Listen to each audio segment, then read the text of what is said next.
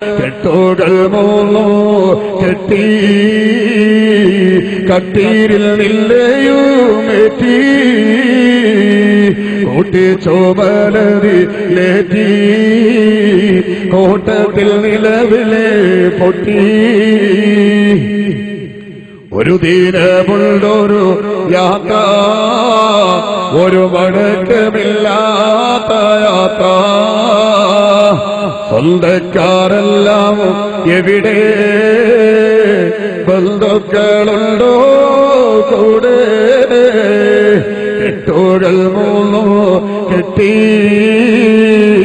കട്ടീരിൽ നില്ലയുമേറ്റി കൂട്ടി ചുമലരിലേറ്റി കോട്ടത്തിൽ നിലവിളി പൊട്ടി ലാ ഇലാഹ ഇല്ലല്ലാഹ് ലാ ഇലാഹ ഇല്ലല്ലാഹ്. ഇനി പള്ളിക്കാട്ടിലേക്കാണ്, ഇനി ആരുടെ മണ്ണിനടിയിലേക്കാണ്. അള്ളാഹു ഏത് വേർപാടാണല്ലോ എന്നയാള് മനസ്സിലാക്കി കഴിഞ്ഞിരിക്കുകയാണ്. അന്നേരം കാലുകളും തമ്മിൽ കൂട്ടിയിരുന്നുകയാണ്. അറുത്തിട്ട കോഴിയെ കണ്ടിട്ടില്ലേ സഹോദരങ്ങളെ? കോഴി അറുത്തിട്ടാൽ കോഴിയുടെ കാലിങ്ങനെ കൂട്ടിയിരുമെന്നത് കണ്ടിട്ടില്ലേ? അറുത്തിട്ട പോത്തിന്റെ കാലുകൾ ഇങ്ങനെ കൂട്ടിയിരുമെന്നത് കണ്ടിട്ടില്ലേ? ശരീരത്തിൽ നിന്ന് ആത്മാവ് വിട പറയുന്ന സമയത്ത് കാലുകളും തമ്മിൽ കൂട്ടിയൊരുങ്ങുകയാ. അതല്ലെങ്കിൽ പ്രയാസത്തിന്റെ മുകളിലൂടെ പ്രയാസം കുമിഞ്ഞുകൂടുകയാ. അല്ലാഹുവേ, ദുനിയാവിനെ വിട്ടുപിരിയുന്ന പ്രയാസമാണുള്ളത്. ഈ ദുനിയാവിന് കുറെ കാലം പ്രവചിച്ചതാ, ഈ ദുനിയാവിന് കുറെ ഇഷ്ടപ്പെട്ടതാ. ദുനിയാവിൽ തലയിലേറ്റ് നടന്നിരുന്നവനാ. എന്റെ ദുനിയാവേ എന്ന് ചിന്തിച്ചുകൊണ്ട് നടന്നവനാ. ആഖിറത്തെ കുറിച്ച് അവൻ ചിന്തിച്ചില്ല. ഭരിക്കണമെന്നുള്ള ചിന്ത അവന് വന്നില്ല. അവസാനം പ്രണയിക്കുന്ന ദുനിയാവിനെ വിട്ടിട്ട് എല്ലാം വിട്ടിട്ടുള്ള പോക്കില് അവൾ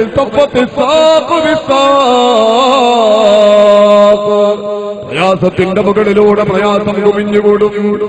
ദുനിയാവിനെ വേർപ്പെടുന്ന പ്രയാസമൊന്ന്, പൊന്നാര മക്കളെ വിട്ടുപിരിയുന്ന പ്രയാസമൊന്ന്, പ്രിയപ്പെട്ട ഭാര്യയെ വിട്ടുപിരിയുന്ന പ്രയാസമൊന്ന്. ഇനിയില്ലല്ലോ പഠിച്ചവനെ, ഇല്ലല്ലോ. പ്രവാസികളായ സഹോദരങ്ങളെ, നിങ്ങൾക്കറിയില്ലേ പ്രവാസത്തിന്റെ വേദന? 1 കൊല്ലമോ 2 കൊല്ലമോ ഗൾഫിൽ നിൽക്കാൻ വേണ്ടി വീട്ടുകാരോട് യാത്ര പറഞ്ഞിട്ട് വീട്ടിൽ നിന്നിറങ്ങുന്ന സമയത്ത് അവസാനം ഭാര്യ ഒന്ന് നോക്കിയിട്ടൊരു കരച്ചിലില്ലേ? ചെറിയ പൊന്നുമോൻ ഓടി വന്നിട്ട് ഉപ്പാന്ന് പറയുമ്പോ ആ പൊന്നുമോനെ ഉമ്മപിടുത്തന്റെ ഭാര്യയുടെ കയ്യിൽ കൊടുക്കുന്ന സമയത്ത് ഹൃദയം പിടയാറില്ലേ സഹോദരങ്ങളെ? യഥാർത്ഥത്തിൽ ഗൾഫിൽ പോയിട്ട് 1 മാസം കഴിഞ്ഞാൽ, 1 കൊല്ലം കഴിഞ്ഞാൽ, അല്ലെങ്കിൽ 2 കൊല്ലം കഴിഞ്ഞാൽ തിരിച്ചു വരാം. പക്ഷേ ഈ യാത്രയുണ്ടല്ലോ, ഒരിക്കലും മടക്കമില്ലാത്ത യാത്രയല്ലേ, ഒരിക്കലും തിരിച്ചു വരാത്ത യാത്രയല്ലേ. അതാലോചിക്കുമ്പോൾ പ്രയാസമാണ്, അതിലേറെ പ്രയാസമാണ് നാളെ മനുഷ്യൻ അഭിമുഖീകരിക്കാനിരിക്കുന്ന അവസ്ഥകൾ അവന്റെ മുന്നിൽ കാണിക്കപ്പെടുമ്പോ. ഈ ഒരു പ്രയാസത്തിന്റെ പുറമെ നാളെ അനുഭവിക്കാതിരിക്കുന്ന അവസ്ഥകൾ, ഖബറിന്റെ ഭീകരത, നരകത്തിന്റെ തീഷ്ണത എല്ലാം കാണുന്ന സമയത്ത് പ്രയാസത്തിന്റെ മുകളിലൂടെ പ്രയാസം കുമിഞ്ഞുകൂടുകയാണ്. അല്ലാഹു തആല പറഞ്ഞു, ഇലാ റബ്ബിക യൗമഇദിനിൽ മസാഖ്. അന്ന് നിന്റെ നാഥനിലേക്കാണ്, നിന്റെ സൃഷ്ടാവിലേക്കാണ് വലിച്ചുകൊണ്ടുപോണത്. അല്ലാഹു തആല പറഞ്ഞു മസാഖ്. അല്ലാഹുവിന്റെ മലായികത മനുഷ്യന്റെ ആത്മാവിനെ വലിച്ചുകൊണ്ട് പോവുകയാണ്. ഇലാ റബ്ബിക യൗമഇദിനിൽ മസാഖ്